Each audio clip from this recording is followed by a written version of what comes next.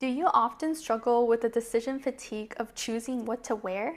Why is it that you seem to have a lot of clothes, but it's so hard to put together the right outfit for the right occasion? This seems to be a confusion for a lot of women out there, and I used to deal with the same struggles. We all want to look polished and put together and appropriate for any occasion that we are in our lives, but we just don't want to spend hours looking for and putting together outfits. Over the past few years, I was able to tackle this issue as I have radically simplified my closet. So if you want to make peace with your closet, then take a look at these tips and try them on for yourself as well. Okay, so the first step we're going to do is to take a complete inventory of your closet. Put all of your clothes together, clean or dirty. Categorize them into different clothing categories, such as tops or sweaters, pants, skirts, dresses, outerwear. Just separate them into each of these categories and simply count how many pieces of clothing you have in each category. You don't need to feel emotional or embarrassed about your closet. You're just taking an objective snapshot of your current closet. This is basically just going to help you gain a clear understanding of where you are. Maybe you'll realize that you have an abundance of clothes in one category, let's say t-shirts, while you are sorely lacking in another category such as outerwear. Okay, so step 2 is to do a reflection on your personal style.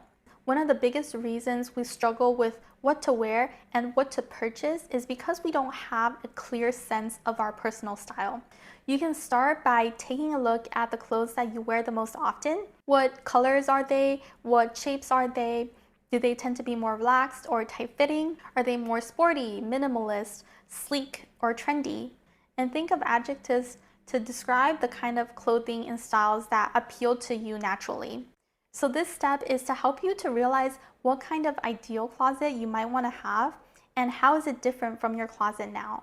Perhaps the style that you're more naturally drawn to is more sleek and professional, yet your closet is filled with t-shirts and sweatpants. Or perhaps you've never thought about your style and so your clothes are of various different styles and none of them really fit together well. Of course, I don't recommend any single style to anybody, but I do want to recommend that we as women put our own needs and preferences first and to always select clothes that suit our own body as well as feel comfortable on ourselves.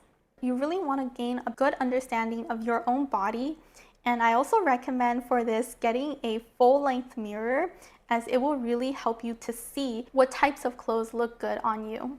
So the third step is to really think about your lifestyle. What types of occasions are you usually in?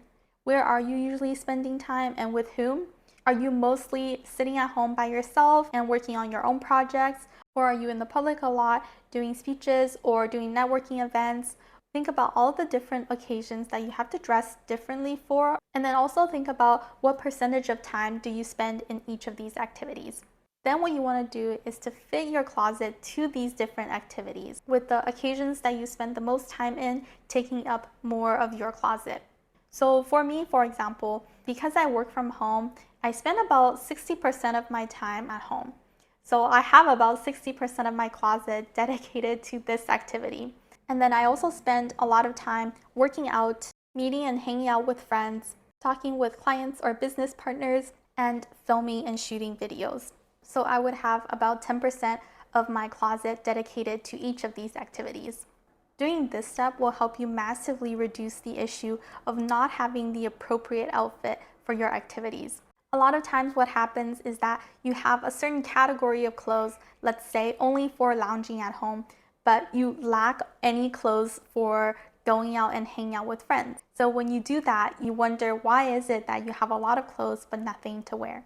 Thinking about these occasions will also help you to inform your shopping and decluttering decisions. As you choose what to keep, what to get rid of, or what to buy more of, if you keep in mind the activities that you usually do, then you'll realize that you'll never need this fancy pair of jeans that you just don't have occasions to wear. Something else to try is to put together sets of clothing for different occasions. This will reduce your decision fatigue because you already know which pieces go together. I have about 3 or 4 sets of workout clothes, And just having 3 or 4 sets of these cuts down my decision fatigue and is able to carry me through a whole year of workout. And finally, the last step is to consider decluttering certain pieces. As I just mentioned, I have about 3 or 4 sets of gym wear that I use over and over again. A lot of times you really don't need that many pieces of clothes. And the more pieces that you own, the more time you tend to put in choosing the right piece and matching them together. But if your goal is to simplify this whole process, then I definitely suggest limiting the total amount of clothes you own in each category. Consider these types of clothes to get rid of. First would be damaged clothing. These could be clothes with holes in them or clothes with stains that you really cannot get rid of. Second would be pieces that just make you feel uncomfortable, whether they're physically uncomfortable because they're too scratchy or too tight, or they just make you feel mentally uncomfortable and not very confident with yourself. And last type of clothes to declutter is just pieces that you don't wear at all or you really don't like to wear. This can be for any reason, but if you really don't wear them anymore, then what's the use of keeping them in your closet? You might as well just sell them or donate them to people in need. Again, the goal is to keep your entire closet more simple and functional in order to help you reduce that stress that comes with deciding what to wear. Lastly, I want to say that more than decluttering, the best way to keep your closet simple is to make very intentional buying decisions. Try to stay away from impulsive purchases as well as quick fashion purchases. Otherwise, you're just going to repeat the whole process and never end up simplifying your closet. So that's it. If you found these tips interesting, then please give them a try. And you can also check out my realistic closet decluttering process this year with the link above. Thank you so much for watching, and I hope you have a peaceful rest of the day. Bye.